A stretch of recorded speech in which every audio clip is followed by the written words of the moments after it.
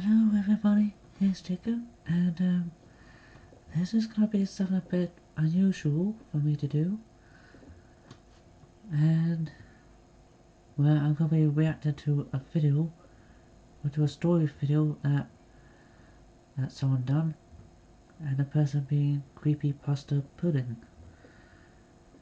and she's one of the first 5 YouTubers I subscribed to after I started this channel, and well, I'm gonna be reacting to one of her videos called The Little Match Girl.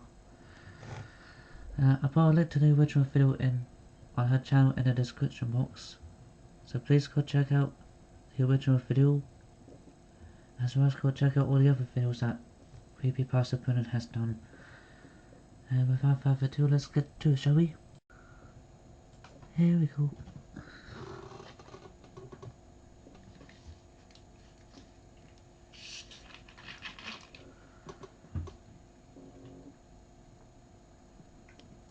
Good evening, my lovey.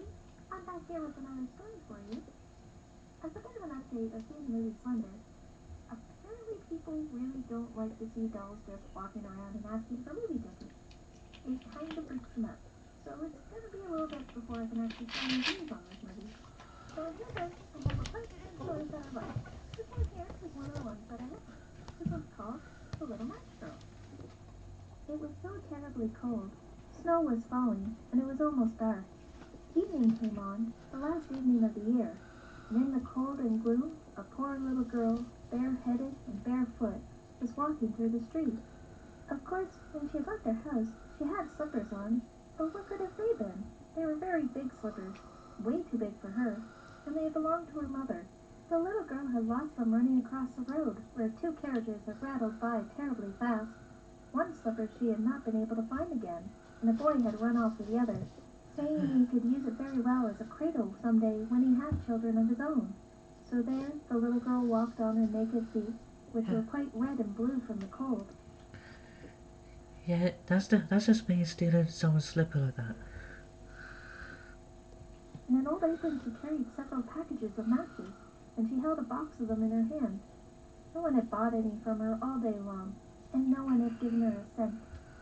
Shivering with cold and hunger, she crept along, a picture of misery, this poor girl. The snowflakes fell on her long fair hair, which hung in pretty curls over her neck.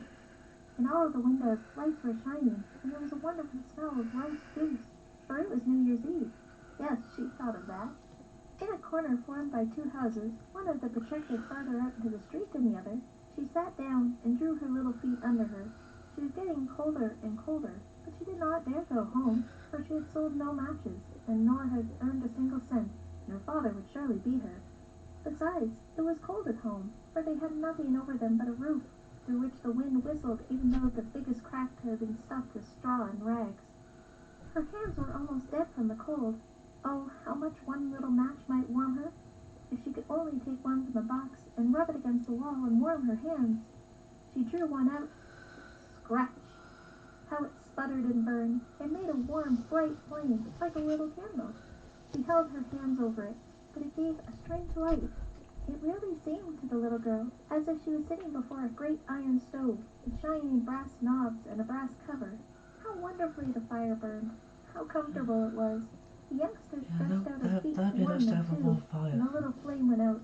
The stove vanished, and she only had the remains of a burnt match in her hand. She struck another match against the wall.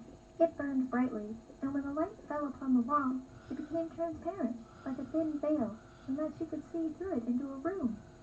On the table was a snow-white cloth that was spread, and on it stood a shining dinner service.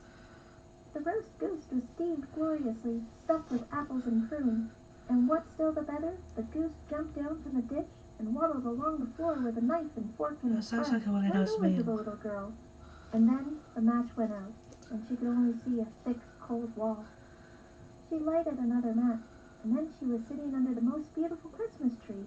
It was much larger and more beautiful than the ones that she'd seen last Christmas through the glass door in the rich merchant's home. Thousands of candles burned on the green branches, and the colored pictures like those in the print shops looked down at her. The little girl reached out her hands towards them, but then match went out, but the Christmas lights mounted higher. She saw them for now as bright as the stars in the sky, and one of them fell down, forming a long line of fire. Now, someone is dying, thought the little girl. Her old grandmother, who was the only person who had ever loved her, and who is now dead, had told her that when a star fell down, a soul went up to God. She lit another match against the wall. It became bright again, and in the glow, the old grandmother stood clear and shining, lovely and kind. "Grandmother!" cried the child.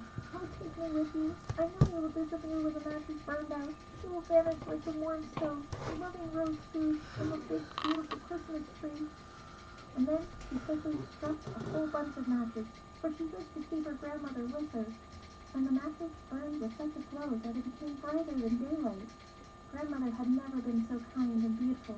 She took the little girl in her arms, and both of them flew into the brightness and the joy above the earth, very, very high.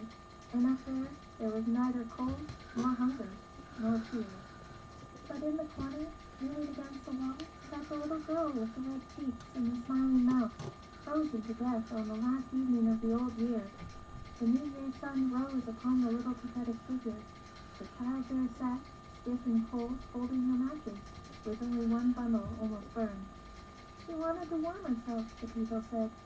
No one imagined what beautiful things she had seen, and how happily she had gone with her old grandmother into the bright new year.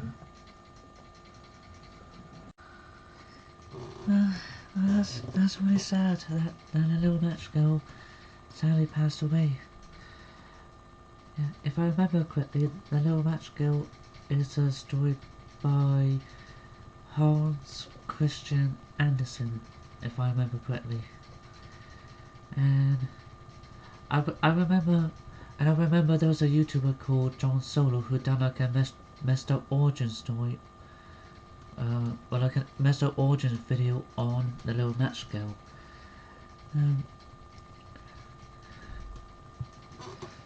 And I remember watching that a couple of months back. Anyway, I hope you all enjoyed this reaction video. Don't know how you would, seeing as how a little kid died in a story.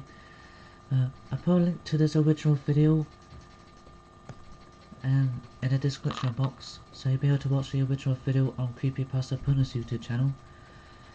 And also, if I can find the Mr. Origin video that John Solo had done on a lower match skill, I'll put a link to that video in the description box as well, for anybody interested.